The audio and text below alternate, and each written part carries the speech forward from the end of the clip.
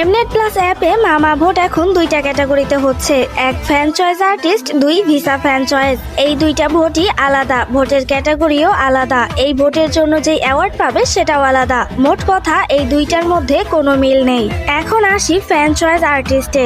এইখানে 10 জন উইনার হবে আর 10 জনই অ্যাওয়ার্ড পাবে। এখন ছেলে থেকে 5 জন আর মেয়ে থেকে 5 জন উইনার হবে। সো আমরা চাই এটাই জিন আর জেহব দুইজনই যেন অ্যাওয়ার্ডটা পায়। এর জন্য মূলত জেহবকে ভোট দেওয়া, যেন সে টপ 5 থেকে বের না হয়। বের হলে তো আর অ্যাওয়ার্ডটা পাবে না।